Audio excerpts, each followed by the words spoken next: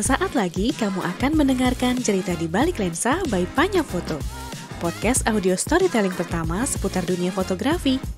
Selamat mendengarkan ya. Saya dibesarkan di keluarga Cina, teman-teman dulu Cina semua, masuk sekolah Cina.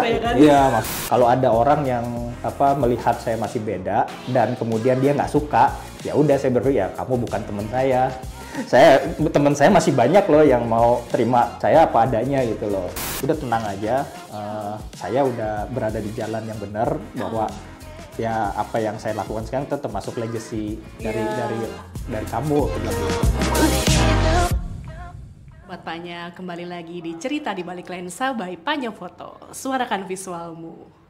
Kali ini Dian masih sendirian karena Nando masih sangat sibuk ya, selalu mundar-mandir keluar kota. Jadi hari ini aku kembali sendirian, tapi tenang, narsum kita tetap ada dan pastinya nanti akan banyak bercerita soal fotografi dan kehidupan dia dan karyanya yang tentu saja lebih menarik, bahkan yang menurutku lebih menarik daripada karyanya mungkin behind-nya daripada seorang si fotografer. Hari ini kita kedatangan fotojurnalis lagi dan dokumenter lagi. Kalau kemarin kita sudah kedatangan Mas Bea, sekarang kedatangan yang lebih muda. Tapi kurang lebih isunya sama lah, pendekatannya fotojurnalistik juga dan dokumenter. Hari ini kita kedatangan Kak Adrian Mulya. Halo Kak Adrian. Ya. Halo Dian. Resmi amat. Aduh maaf ya, ini Sobat Panya aku menodong Kak Adrian nih, baru datang langsung aku tembak aja, Kak mau podcast gak? Oh ternyata mau, oh baik sekali. Aman ya Kak, sehat ya? Oke, aman-aman aja. Mantap. Sih. Kan kita masih ketemu ya, artinya masih sehat. Iya sih, benar-benar amin. Semoga selanjutnya juga seperti itu ya. Kak Adrian, karya-karyanya Kak Adrian pasti Sobat Panya udah nggak asing, apalagi bukunya yang meskipun terbit tahun 2016, tapi aku rasa karena dicetak sama penerbit besar juga pasti banyak yang tahu ya bukunya. Nah, tapi kita nggak mau ngebahas karya dan teknis fotografi nih Mas, tapi kita mau coba berpulang ke Mas Adrian yang dulu, jauh sebelum mengenal fotografi. Itu gimana sih Mas backgroundnya? Awal mungkin lahir di mana dan tinggal di mana, besar dan tinggal di mana. Itu kayaknya lebih bikin orang penasaran ya dibanding karya-karyanya yang sudah pasti bagus. Kalau saya sih ya lahir dan besar di Jakarta. Jadi seperti orang Jakarta pada umumnya, biasanya tuh orang Jakarta orang tua yang merantau. Ya mereka ketemu di Jakarta jadi melting point. Ya disitulah lahir saya. Tapi asalnya dari mana? Jakarta. Karena saya lahir di Jakarta. Iya sih. Orang tua berarti kalau gitu. Orang tua tuh satu dari ayah dari Bangka, ibu Cianjur, Sunda gitu. Lalu mereka ke Jakarta dan bertemu di Jakarta dan jadi saya. Iya benar juga ya. Jadi kalau ditanya bahasa ibu, saya udah nggak ada. Saya udah nggak ngerti, saya nggak bisa ngomong Sunda Bangka, Sunda nggak bisa, gitu. Ngomongnya Jakarta. Bener-bener bahasa Betawian lah ya, prokem. Ya gitu, bisa dibilang gitu. Sama aku juga gitu. Nggak dari mana-mana, tapi kalau ditanya ya udah orang Jakarta. Iya. Seperti itu berarti lahir dan besar di Jakarta. Kemudian sebelum kita ngomongin kuliah hukum ya, apa sih awal permulaannya nih Mas Adrian ini mengenal visual dan mulai mulai ada ketertarikan dengan dunia visual? Sebenarnya sih kalau dunia visual itu tadinya saya nggak terlalu tertarik ya, tapi kemudian setelah saya bergaul dengan dunia visual, mungkin saya ada keturunan soal visual itu dari kakek saya. Oh, apa tuh Mas? Kakek saya fotografer, Oh walaupun dia sebagai hobi. Jadi saya ketika saya dulu ya setelah saya jadi fotografer, saya ngecek lah foto-foto lama. Jadi gini, ayah saya itu demen sekali mendokumentasikan setiap kita jalan-jalan. Oke. Jadi dia itu selalu membawa kamera pocket. Dia nggak belajar foto serius, tapi dia selalu bawa kamera pocket. Jadi setiap kali kita jalan-jalan, dia selalu bawa kamera dan setiap kali hasilnya udah ada, dia bikin album dan selalu ditulis ini kemana, tahun berapa, bla gitulah. Khas zaman dulu banget ya, ditulis di belakangnya. Betul gitu ya. Ya. Nah terus rupanya kebiasaan itu menurun dari ayahnya. Dia yang jadi kakek saya itu, ternyata kakek saya itu emang dia fotografer, dia serius kalau dia hobi lah. Jadi saya menemukan ada satu arsip foto lama, dia bikin double expose. Jadi dia mau motret dirinya sendiri. Selfie kalau zaman sekarang ya. Enggak, dia dan dia gitu loh dalam satu frame. Itu kan teknik double expose kan. Sorry aku nggak ngerti teknik sebabnya, jangan dihardik tolong. Iya gitu. Jadi dia satu di sebelah kiri dia megang kamera, di sebelah kanan ada dia juga lagi megang kamera. Gitu. Jadi subjeknya dia sendiri. Iya. Nah terus kan kemudian dari foto-foto arsip lama itu, saya juga lihat ya sama, dia selalu menuliskan ini ada di mana, tahun berapa, tanggal berapa, dan ketika dia melakukan perjalanan, ya dari situ saya mungkin akar tentang visual itu mungkin dari keturunan dari situ sih. Kira-kira. Wow, keren. Karena kalau kita upload di Instagram kan udah ada tanggalnya ya. Bahkan kalendernya dibikinin. Kalau zaman dulu harus manual nulis lagi di mana lokasinya, gitu. Tanggalnya. Wow, oke. Itu berarti terpapar dengan visual tuh dari kecil ngelihat foto-foto. Awalnya dari ayah saya itu. Gitu. Mainin kameranya mulai kapan tuh? Ya kan karena ayah saya waktu itu ya suka motret, walaupun pakai kamera pocket ya saya juga suka dimintain tolong motret mereka lagi jalan-jalan, suruh ngisiin film. tuh buat dia tuh permasalahan sekali si film itu. Gitu. Ya dari situ sih, tapi nggak ada ketertarikan serius. Baru mulai tertarik serius pas kira-kira kuliah lah gitu. Berarti memang cuman mainan lah ya, tanda kutip, buat anak-anak kan seru juga gitu ya. Waktu awal kuliah, dimintain tolong sama, jadi waktu itu kuliah tuh ada apa sih istilahnya, mapras. Ospek ya. Ospek. Nah, jadi sama teman saya minta tolong, waktu itu saya udah bukan semester 1 sih, udah di semester berapa gitu. Dia minta tolong saya nih, tolong fotoin nih acara mapras. Saya dikasih kamera otomatis gitu, Olympus. Ya udah saya foto aja. Gitu. Yang ternyata hasilnya jelek. Jelek menurut Mas Adrian, tapi teman-teman pasti nilainya bagus nih. Enggak sih, baiknya nggak fokus lah. Jadi sebelum kita ke kampus nih Mas, jadi dari si hobi-hobi tadi yang ngumpul sama keluarga, si kamera itu masih sering dipakai main nggak? Kayak buat motret Mas jalan-jalan sendiri tanpa keluarga, motret gitu, atau memang enggak, udah terputus aja, tiba-tiba langsung ke kuliah kenal kamera lagi? Iya, iya, kira-kira gitu. Pokoknya ya maksudnya kamera itu selalu dipakai kalau kita jalan-jalan keluarga lagi. Cuman kan dokumentasi. Iya, cuman kan pas biasanya anak-anak gitu kan kalau udah kuliah kan males jalan sama keluarga. Iya sih, benar. Jadi udah nggak berhubungan dengan kamera itu. Nah, baru ketemu kamera lagi setelah ya itu dimintain tolong buat dokumentasi acara ospek itu. Berarti Mas Adrian juga nggak ikut UKM gitu, UKM foto? Enggak. Atau memang belum ada ya, jangan-jangan? Ada, tapi saya nggak ikut. Nggak ikut. Nah ini jurusannya hukum nih. Penasaran aku. Kenapa nih waktu itu nggak masuk jurusan hukum? Dari mainan-mainan visual tiba-tiba punya interest ke hukum? Enggak, sebenarnya kan ketika saya masuk kuliah hukum itu saya belum tertarik sama dunia fotografi. Ya alasan masuk hukum karena ini aja, keluarga. Ya pressure dari keluarga? Bukan, kan keluarga kan emang base-nya kan dia notaris ya. Gitu. Ya udah, jadi kalau waktu itu mikir gampang aja, udah lanjutin aja. Iya. Gampang lah kerja nanti. Iya, tinggal istilahnya kasih terserah terima tongkat. Tongkat estafet keluarga notaris ya, akan segera gitu. Menurun ya ke Anda. Tapi ternyata tidak. Oke, itu di ini ya Mas ya, kampus Tarumanegara ya? Iya, Universitas Tarumanegara, Nah, Grogol. di Tarumanegara itu tahun 98 nih, aku penasaran. Kan juga dekat sama Trisakti kan? Pasti chaosnya kurang lebih sama. Di zaman itu apa nih yang Mas saksikan dan rasakan? Apakah juga menggunakan kamera untuk mengabadikan momen? Ketika 98 saya juga masih belum motret ya. Waktu itu ya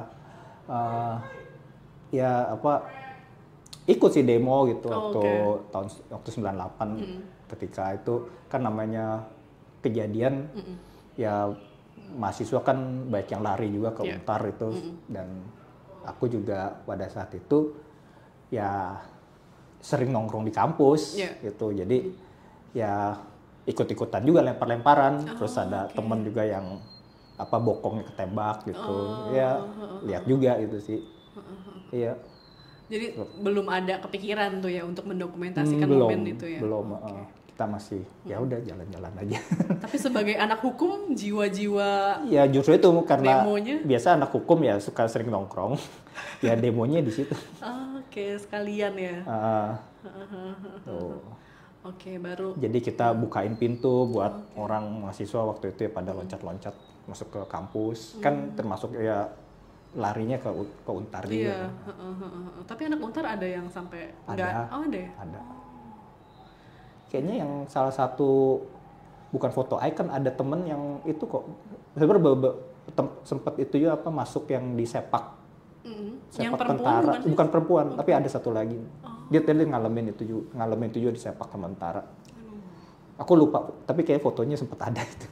Apa dia yang dipapah gitu ya? Ada. Nah, dari apa ya? Bisa dibilang fotografinya lumayan telat lah ya Mas ya, tanda kutip untuk menggeluti itu. Nah, apakah si momentum 98 ini yang membuat Mas Adrian tuh punya kegelisahan gitu soal hukum, soal HAM dan lain-lain sampai mendorong akhirnya membuat karya-karya jurnalistik yang punya keberpihakan sama masyarakat? Sebenarnya enggak sih. Jadi kalau ngomong soal soal human right, waktu itu saya setelah pasca 98 itu saya ada bergabung dengan kayak lembaga organisasi kemanusiaan lah gitu. Nah di situ sempat bergabung yang bersahabat dengan beberapa teman dari situ. Di situ jadi mulai berkenalan dengan yang namanya foto jurnalistik. Di situ saya berkenalan dengan beberapa fotografer asing kan tahun 98 itu kan periode 98 2000 itu banyak dari mana-mana kan. Dan beberapa dari mereka itu banyak nyari fixer ke organisasi ini. Ini organisasinya berinisial K bukan sih? Iya. Sobat Panya juga sudah pasti tahu. Terus.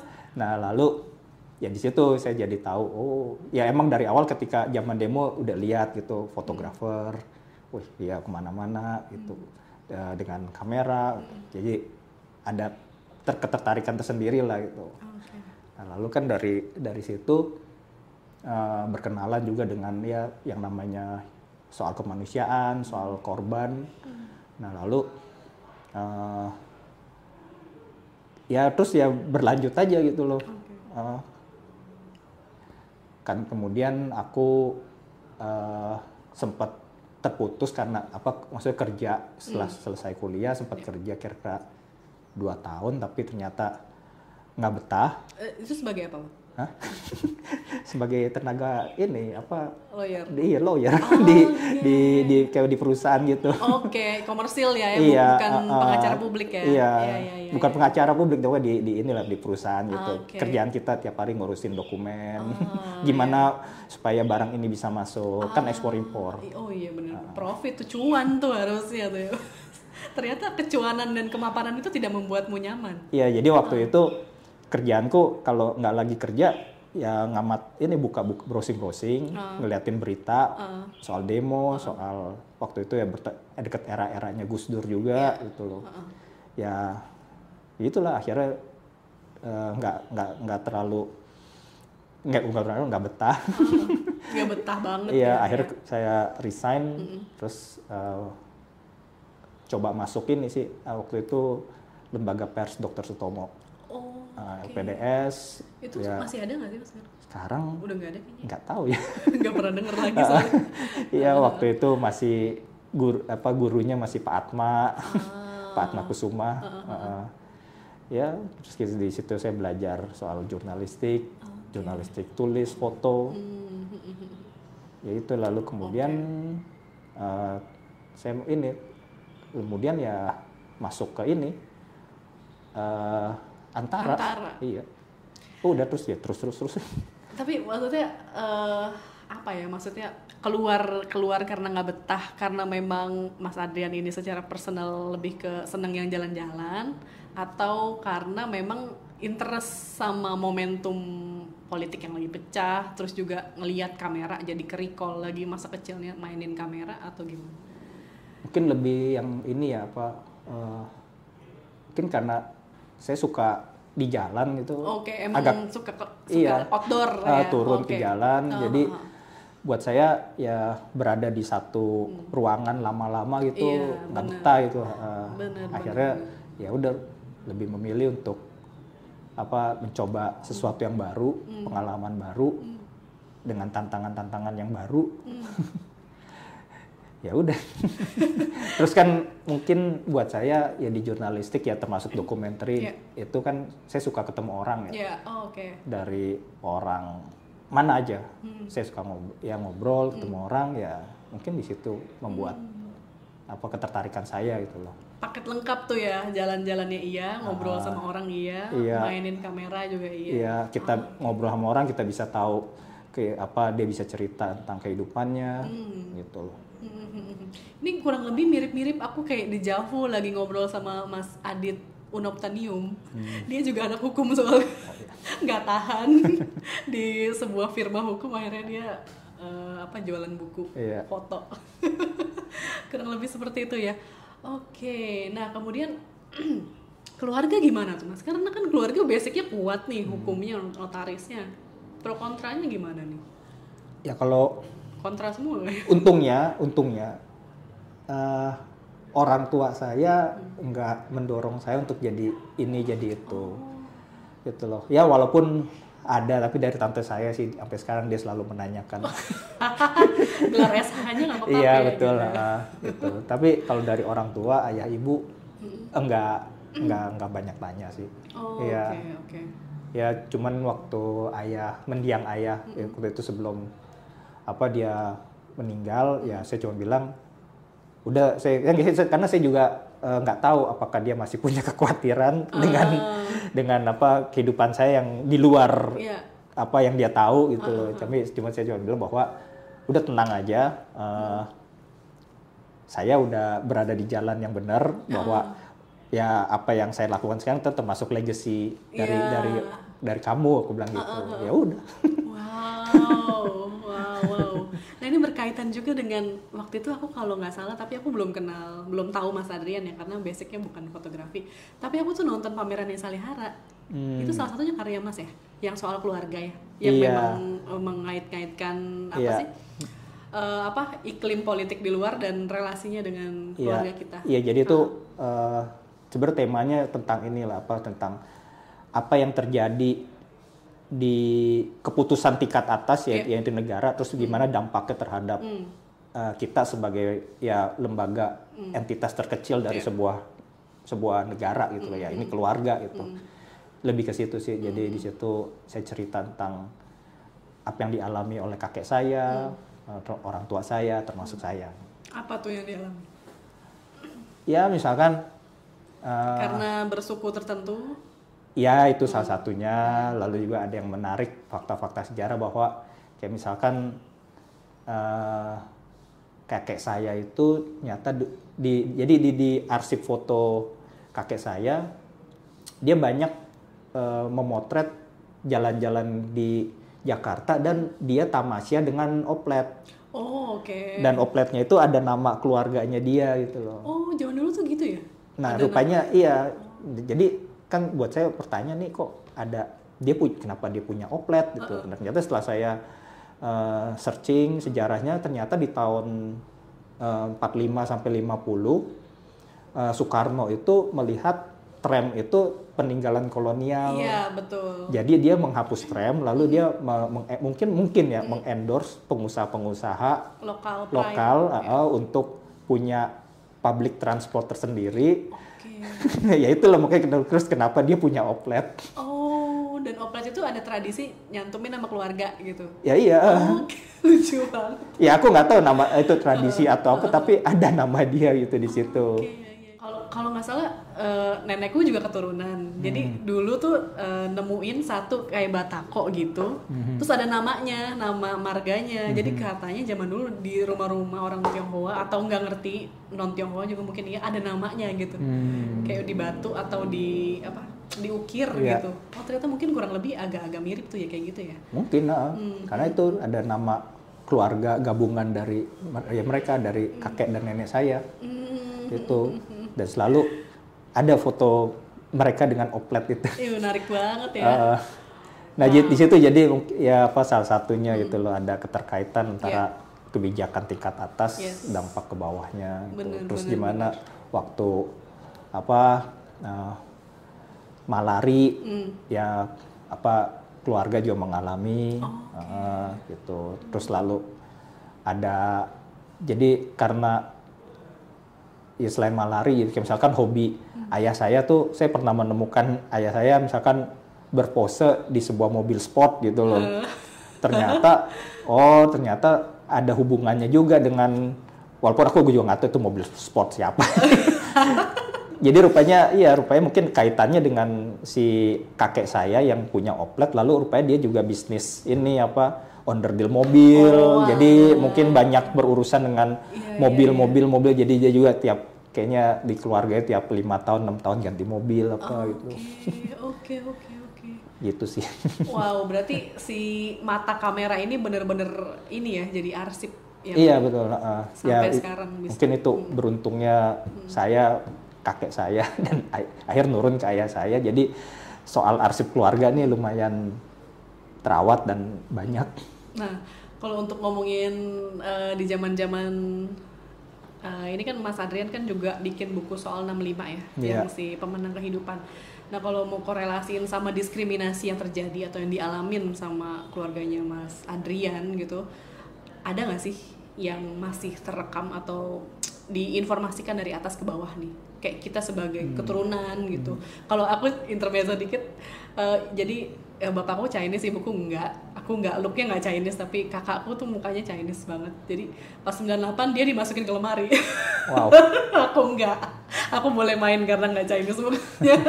Nah yang kayak gitu-gitu pernah dialamin sama Mas Adrian guys? Jadi gini kan, ya awalnya saya tuh ini banget ya kalau soal Chinese tuh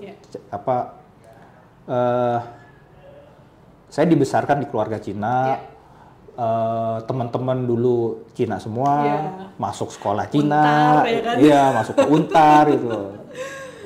Tapi saya beruntung Untarnya saya nggak masuk ekonomi. Iya benar stereotyping banget itu semuanya. Dan beruntungnya juga ketika saya kecil, khususnya di SMP, saya nggak masuk ke sekolah yang sekolah tanda kutip bagus lah gitu. Saya masuk sekolah mediocre gitu. Di mana saya bergaul dengan teman-teman yang semua kalangan, teman-temannya itu banyak orang tuanya dagang di Pasar Senen gitu loh. Jadi dan saya juga bergaul dengan tetangga-tetangga gitu loh. Dan pada saat itu saya juga nggak terlalu paham dengan Cina, dengan pribumi ya kita bergaul aja gitu loh. Nah lalu kemudian setelah saya SMA, saya masuk ke sekolah yang ya emang dibilang sekolah bagus Jakarta. Lalu jadi disitulah mulai berasa ada segregasi itu gitu. Lalu kemudian masuk Untar, tapi Untarnya pun untung saya masuk hukum. Banyak orang Batak. Betul.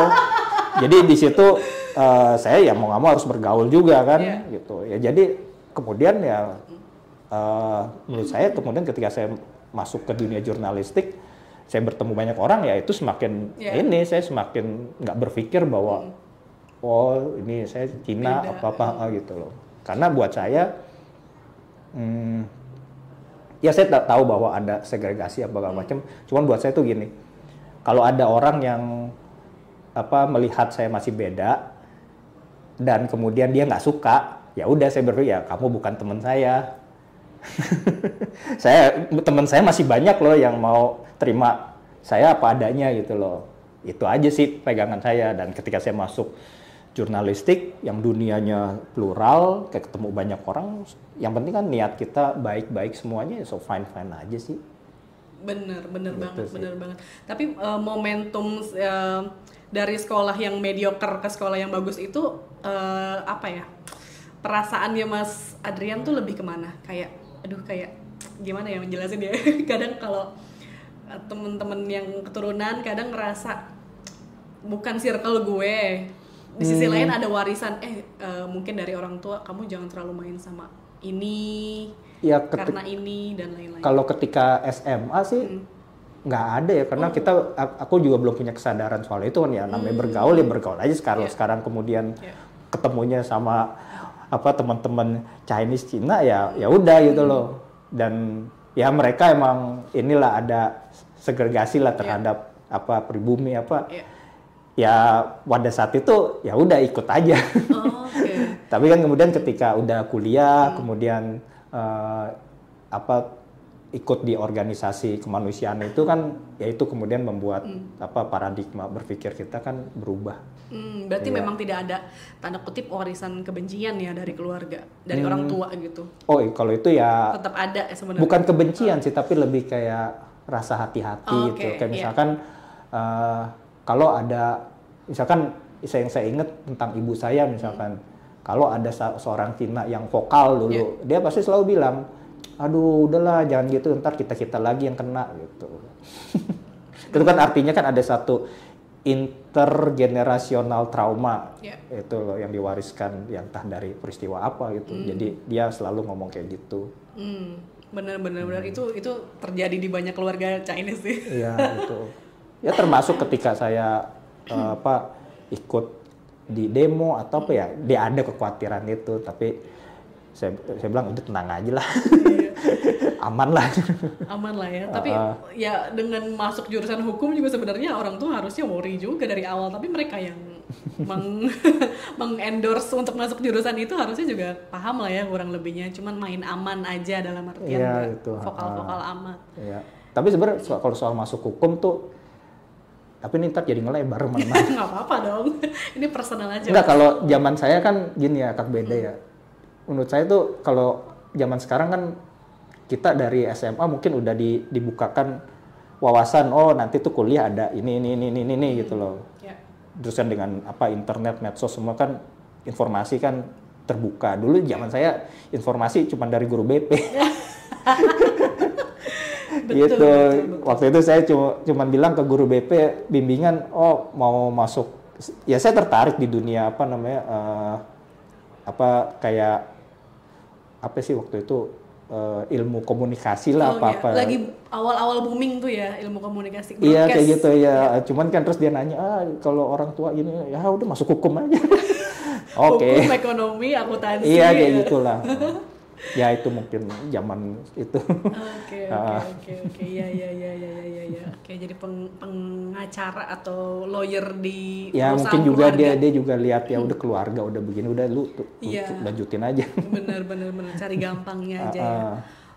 Oke. Jadi ternyata punya background meskipun dari ibu bapak itu keturunan Chinese, tapi ternyata pengalaman kesehariannya Mas Adrian waktu kecil tuh ternyata juga heterogen ya, dengan siapapun bergaul. Kemudian di hukum ternyata juga banyak lokal juga, orang Batak dan lain-lainnya, bergaul di organisasi juga sangat plural ya. Dan tidak kaget akhirnya di dunia jurnalistik juga seperti itu, bahkan justru mungkin menikmati ya dengan bergaul dengan siapapun gitu ya.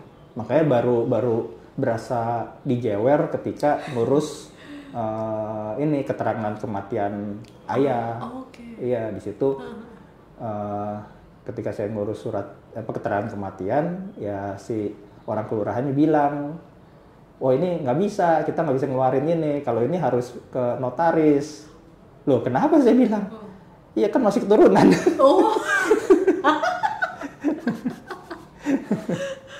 Oke, Ya itu makanya terus kemudian saya kayak seperti dijewer ya, ditendang pantatnya.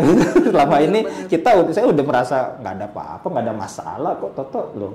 Oh, ternyata tetap berbeda ya secara administratif ya. Itulah kemudian akhirnya jadi itu yang pameran di Salihara itu. Oke. Dan mungkin kayak hal-hal administratif warga peranakan yang agak berbeda dengan yang lainnya, mungkin yang itu juga kali yang diantisipasi sama keluarganya Mas Adrian. Jadi seenggaknya di keluarga kita ada yang jadi notaris lah. Kalau ada urusan kayak gini gampang gitu. Mungkin ya. Iya. Oke.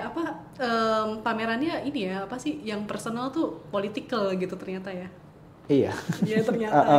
Gitu. Mirip-mirip sama ini ya teorinya Julia.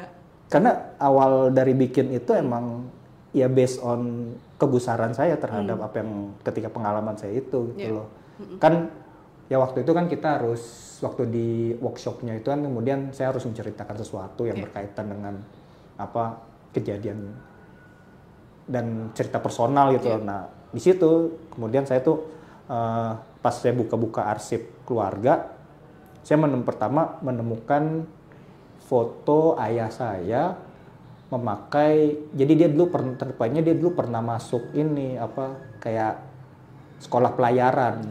Jadi pakai atribut pelayaran lah, ada topi kayak polisi gitulah.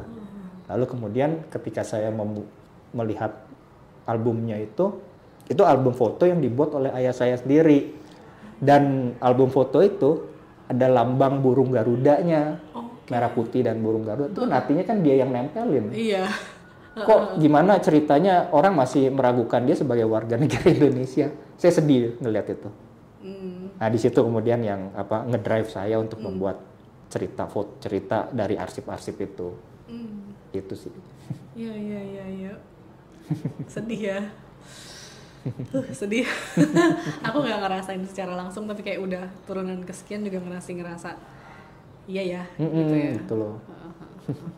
Kayak bahkan keluarga aku tuh masih ada yang Honghucu, bukan masih, kata masih kayaknya kurang tepat, Honghucu gitu.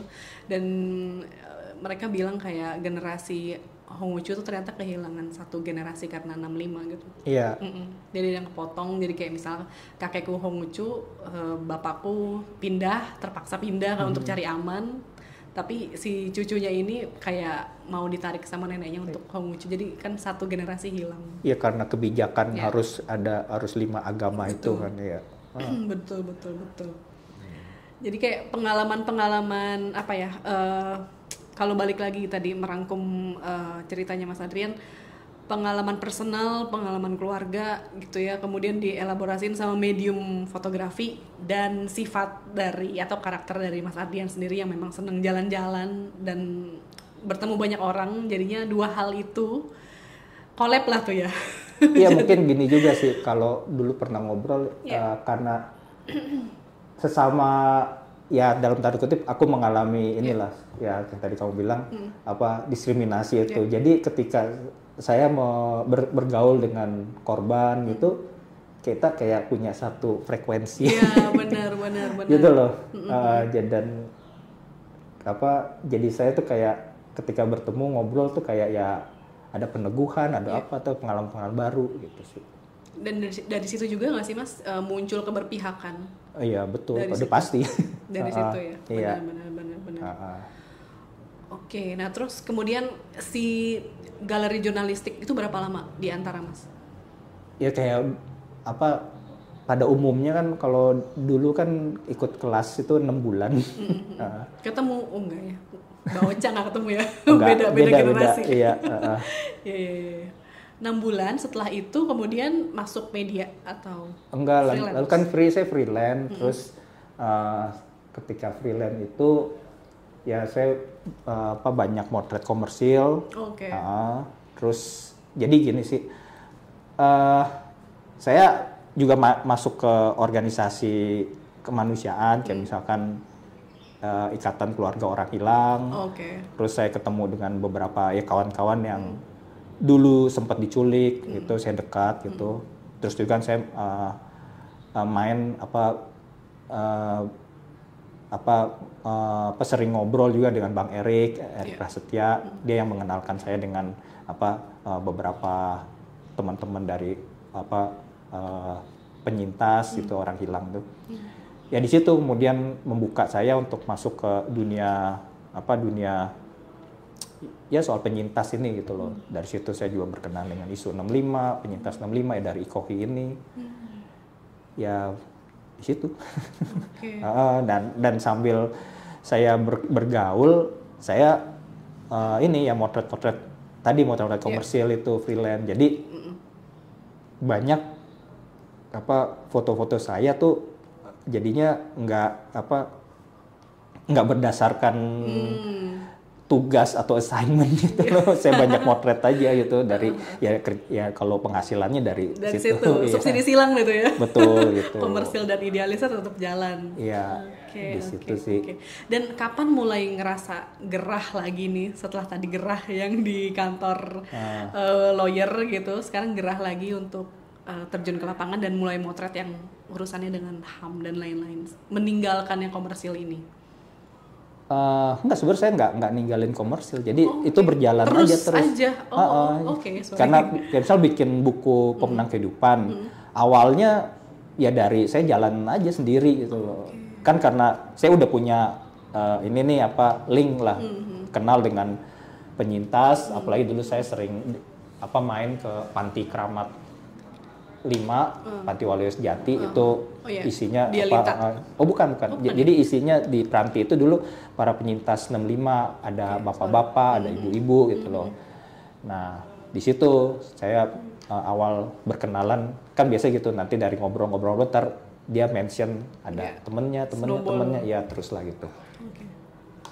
Ya dari situ juga saya kemudian berkenalan dengan salah satu pengurus panti, Bu Uci Dialita gitu. Iya. Jadi benar-benar jalan kehidupan tuh dua-duanya di dua kaki itu ya? Iya betul. Jadi dari komersil ya, terus kalau ada waktu luang saya motretnya. Makanya kemudian sempat putus panjang ketika saya motret waktu itu karena tuntutan ya harus kredit rumah segala macam apartemen ya akhirnya masuk ke Kompas Gramedia motret buat majalah Idea Renovasi. Oh iya properti. Iya, desain interior lah. Itu full time. Itu masih beririsan dengan Mbak Oki nggak? Iya. Oh iya. Ternyata benar. Kalau dia di ini kan ya, banyak sih dia beberapa ya. Salah satunya tentang kamera ya, majalahnya. Iya. Iya. Cuma waktu itu fotografer banyak banget di Jalan Panjang di Kompas Gramedia, jadi kurang ini. Kita udah sibuk dengan kerja terus. Tapi kayak kenal doang gitu ya. Iya. Soalnya Mbak Oki cerita dia itu adalah angkatan pertama di Kompas yang di PHK. Kalau saya nggak di PHK, saya memilih keluar. Waduh. Tahun berapa tuh berarti keluar, Mas? Tahun berapa ya? 2000 berapa itu? Kayaknya 2010. 2010. Iya. Keluar lantas kemana? Ya freelance lagi. Freelance lagi. Iya, kalau kan dulu udah pernah freelance ya udah, kalau udah freelance lagi kenapa harus takut? Oke. Berani sekali. Tapi aman lah ya, banyak juga fotografer yang freelance. Ya kan saya diuntungkan dengan saya nggak punya keluarga. Iya, yang untuk hidup saya kan cuma buat saya sendiri. Ya udah jadinya tanggungannya kecil. Bukan sandwich generation, sebuah privilege. Iya. Ya. Oke, kemudian freelance itu di mana aja tuh, Mas? Yang assignmentnya? Ya terus kemudian saya freelance ya banyak. Selain komersial saya banyak motret buat NGO. Lalu ya suka motret juga buat majalah-majalah asing, penugasan gitu dari majalah Elsevier. Terus pernah juga buat ya NGO kayak macam-macam sih, ada Yapfication Aid, Oxfam. Kayak gitu sih. Wow, jadi ibaratnya kalau semua genre bisa lah ya, pernah lah dijajal ya. Pernah. Anak hukum loh Sobat Panya, ternyata bisa semuanya dijajal. Ya belajar aja. Terus kemudian kalau aku nggak salah baca, mengajar juga ya Mas yang di Bukit Duri Sanggar Bukit Duri? Oh, dulu pernah ngajar di Sanggar Ciliwung di Bukit Duri. Iya, tahun-tahun 2000-an. Nah, itu. 2000-an? 2000. Iya. Jadi berarti belum masuk galeri Antara bahkan? Belum. Iya. Berarti ilmu seadanya tuh. Oh, bukan waktu itu bukan ngajar foto. Ngajar komputer. Oh, malah komputer ya, buat anak-anak ya? Iya, lalu setelah Antara saya sempat ngajar, setelah Antara kan 2003 betul ya gitu. Saya ini ngasih pelatihan foto di itu 2005 deh di Sanggar Anak Akar. Oh iya, tahu. Ya di situ udah ada ilmu foto. Saya ngebagiinnya di Sanggar Anak Akar. Apa yang mendorong Mas Adrian untuk gue pengen ngebagiin nih ilmu? Ya kan sebenarnya hubungan saya dengan Sanggar Anak Akar tuh bukan hubungan yang baru gitu loh. Udah lama kenal sama pengurusnya juga. Udah lama kan dulu berasal dari satu itu loh, satu gerakan kemanusiaan itu. Ya udah, kemudian ketemu ngobrolin dan saya pikir ya mungkin fotografi bisa jadi salah satu alat untuk menyuarakan suara anak-anak juga. Mereka bisa memotret apa kesehariannya gitu. Ya di situ sih. Masih berlanjut, Mas? Udah enggak. Kalau di Cilincing tuh ada kelas jurnalis cilik kayak gitu ya? Iya, kira-kira mungkin semacam itulah. Oke.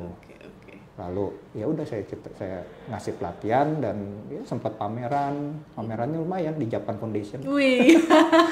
Anak-anak itu. Memang selalu seksi sih isu anak-anak ya. Iya. Menarik banyak perhatian memang ya. Oke. Apa tuh pengalaman apa yang paling berkesan mungkin motret dengan mereka gitu? Gini sih. Apa yang didapat? Ada beberapa foto yang menurut saya tuh emang nggak bisa kalau itu difoto oleh orang dewasa. Emang anak-anak ini cerita tentang apa yang dia lihat dan kesehariannya dia gitu loh. Itu kalau orang dewasa saya bilang tuh nggak jadi. Jadi kayak misalkan ada satu anak dia motret temennya sendiri kan, temennya ini pengamen ya, pengamen di jalanan ya, dia dengan lebih ya dia mudah masuk ke dunia itu gitu loh. Di pinggir jalan, di persimpangan dia foto. Terus ada foto seorang, jadi dia motret di Bantar Gebang, dia motret seorang ibu yang sedang menyusui anaknya gitu loh.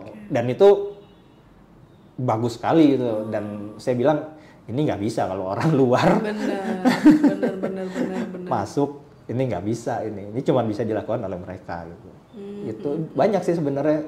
Itu yang menurut saya tuh menariknya foto-foto anak-anak itu loh pada zaman itu. Karena setelah beberapa tahun kan program tuh terus berjalan ya.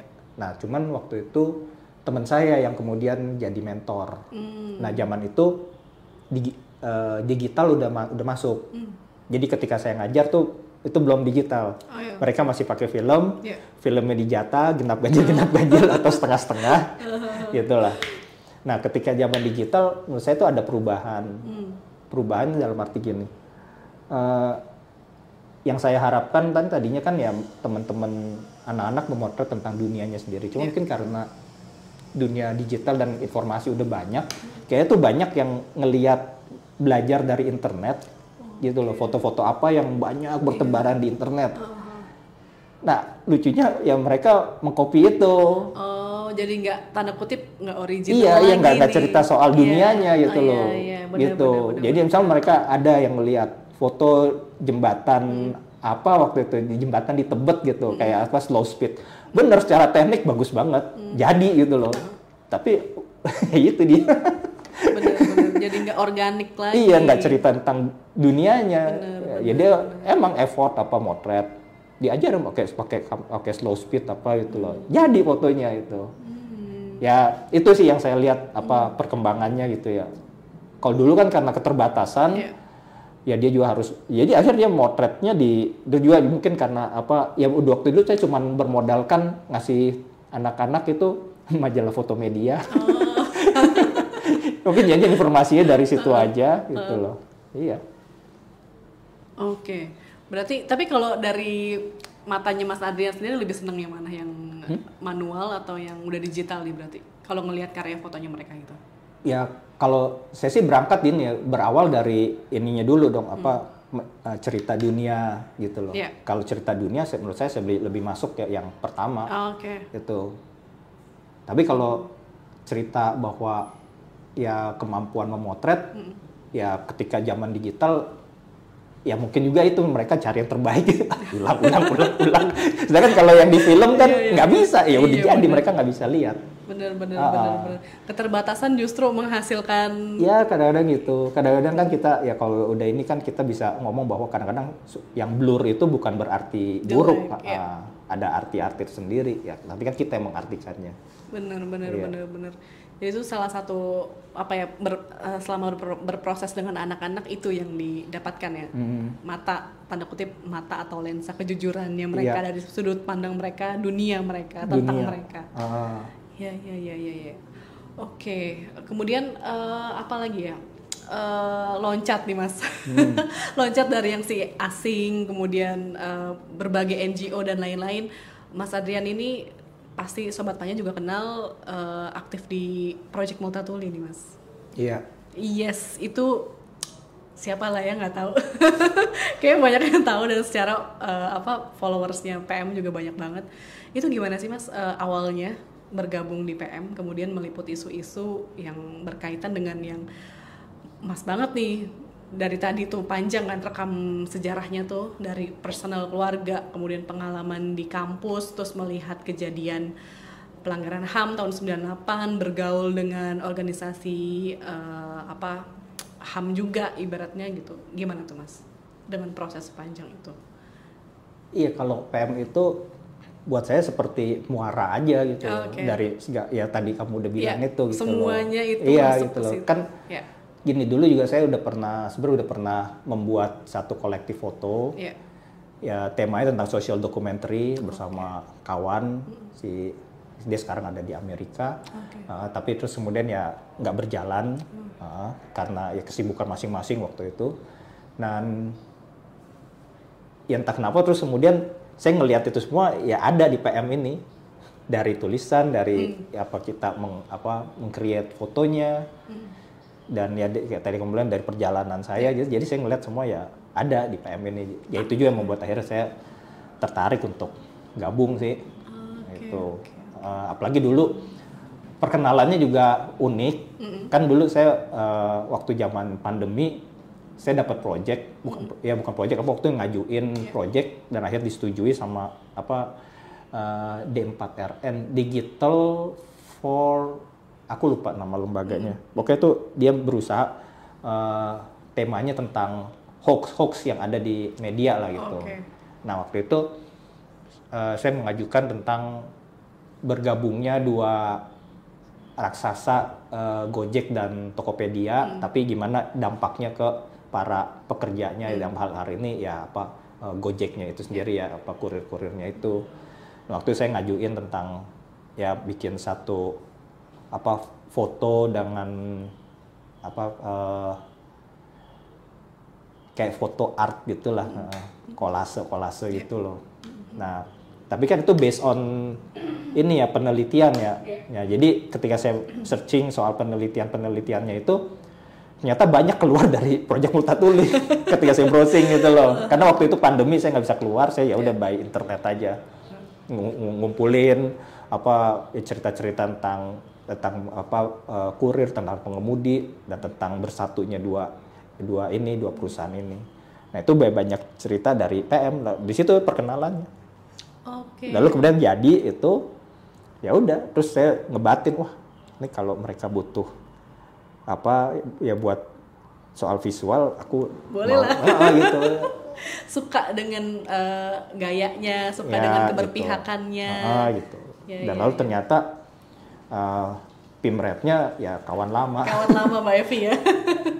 Fari Salam. Mas Tapi Fari. Evi juga sering ketemu sih. Iya. Kalau Evi direktur. Oh iya benar, mohon maaf Mbak Evi, mohon maaf. Aku satu serikat. Oh iya. Dikasih. Oke. Kemudian setelah masuk PM, apa sih liputan yang paling berkesan buat Mas Adrian? Waktu bersama PM aku pernah ngeliput yang soal IKN, tapi yang agak lebih menurut saya itu menggugah ya liputan terakhir ya tentang stolen children itu. Oh, oke. Ya tentang anak-anak Timor Leste yang dibawa ke Indonesia dan lalu ya mereka kehilangan akar budayanya sebagai orang Timor Leste. Dan itu ya buat saya tuh kayak semacam ya malu sih jadi orang Indonesia. Iya benar. Kayak kita selama ini menghadrik kolonialisme. Iya ternyata kita orang kolonial juga. Betul. Iya gitu loh. Dan menurut saya ya mungkin saya jadi bisa punya paham mengapa kayak banyak generasi muda Jerman kan yang ini juga punya dosa masa lalu gitu loh. Nah, jangan-jangan kita sebagai orang Indonesia punya dosa masa lalu juga terhadap Timor Leste. Bener. Jadi kayak netizen tuh suka lupa ya. Maksudnya kalau ada bule atau apa suka bilang pulang ke negara lo, tapi ternyata kita juga melakukan hal yang sama. Jadi pada intinya tidak terkait dengan ras apapun. Semua sifat ketamakan tadi bisa di mana saja ya. Gitu sih. Iya. Kemudian itu benar-benar ke Papua ya, Mas? Kok Papua ke Timor Leste? Sorry, ke Timor Leste. maaf. Geografiku jelek nilainya. Iya, jadi ngikutin programnya Ajar waktu itu. Kan mereka punya program reunifikasi gitu. Dari hasil pencarian mereka anak-anak yang dulu dibawa ke Indonesia dan lalu mereka dipertemukan kembali dengan keluarganya di sana. Ya, saya ngikutin salah satu dari salah dua. Ya dari 16 orang ini gitu. Iya, gitu sih. Kalau Salatiga Jawa Tengah. Kebanyakan nggak cukup waktunya. Di Jawa Tengah juga masalah tinggal. Oh iya. Jokes bapak-bapak mulai keluar ya. Oke, jadi itu momen-momen apa ya? Karena PM adalah muara tadi dari perjalanannya Mas Adrian, jadi cukup enjoy di sana untuk mengeksplor banyak isu-isu minoritas lainnya ya. Iya. Gitu. Yang menulis dan memotret pun memotret minoritasnya kan. Tapi agak ini juga tricky juga kata minoritas sebenarnya aku nggak setuju juga. Iya, karena kalau kita selama jadi minoritas kita nggak keluar untuk melakukan apapun ya akhirnya pagar itu tetap ada gitu loh. Kan yang penting kan mau minoritas atau mayoritas apa yang kita berikan bagi orang-orang. Bener tanpa tadi balik lagi ya. Ya tanpa ngelihat dia saya minoritas jadi saya nggak bisa begini ya enggak lah. Bener justru dobrak aja. Iya jadi ya udah gaul aja. Iya. Loncatin lah itu pagar. Bener.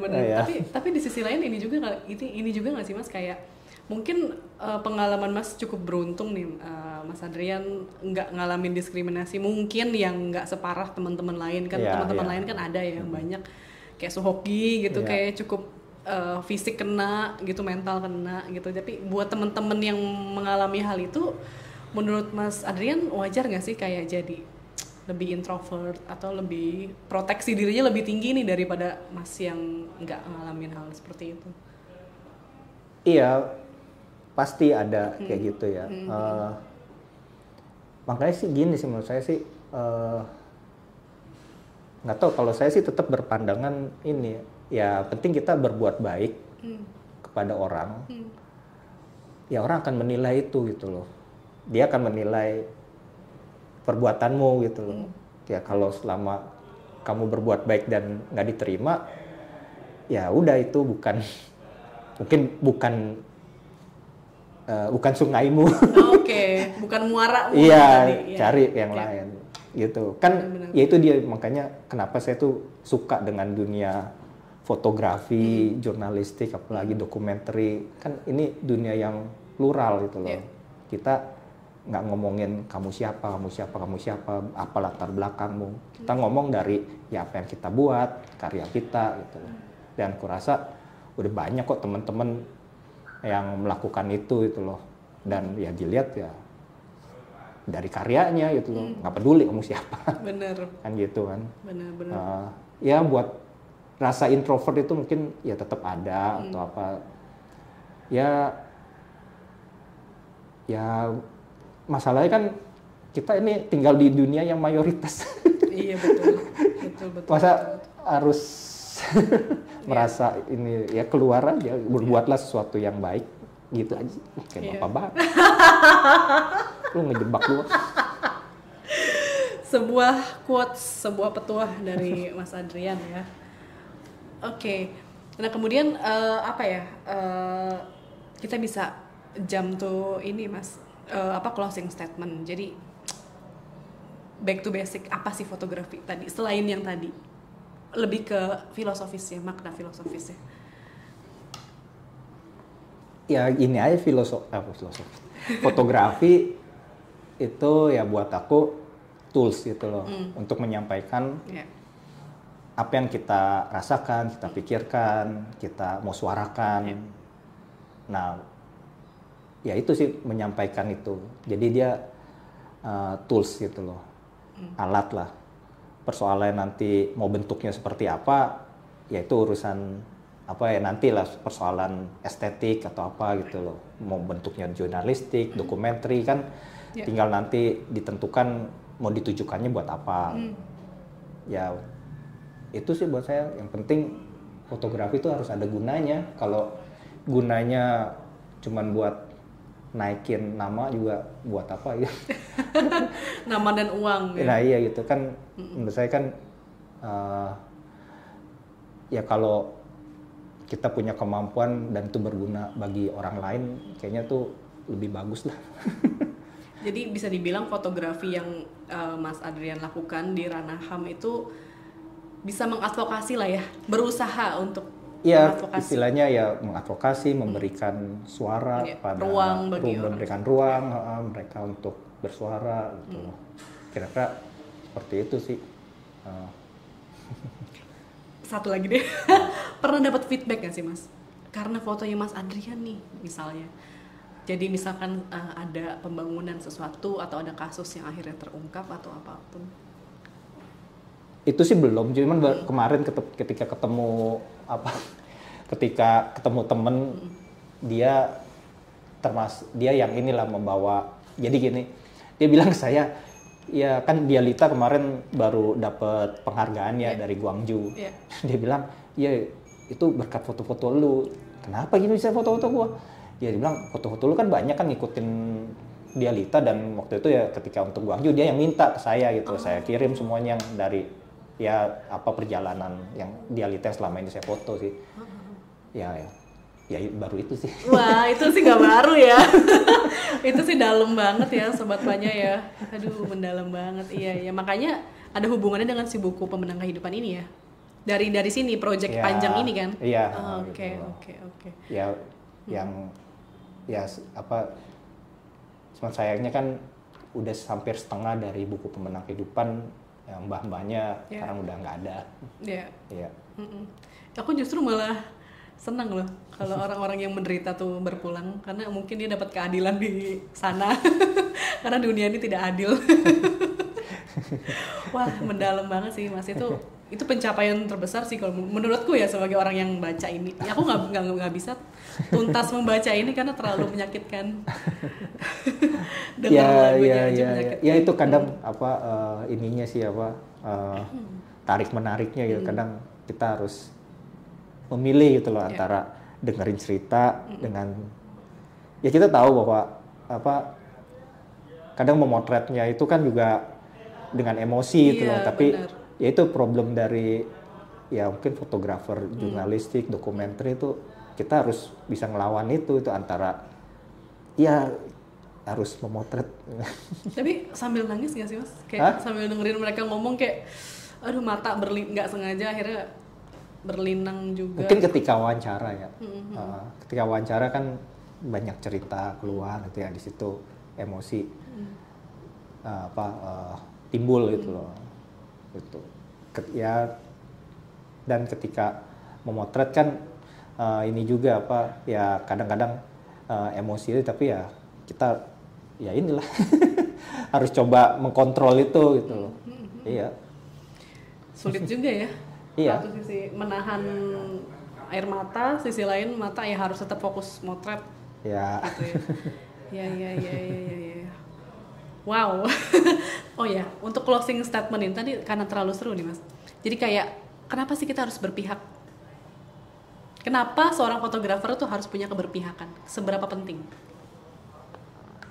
Karena keberpihakan itu akan, menurutku ya, yang akan menjadi roh dari apa yang kita kerjakan, yang kita hasilkan.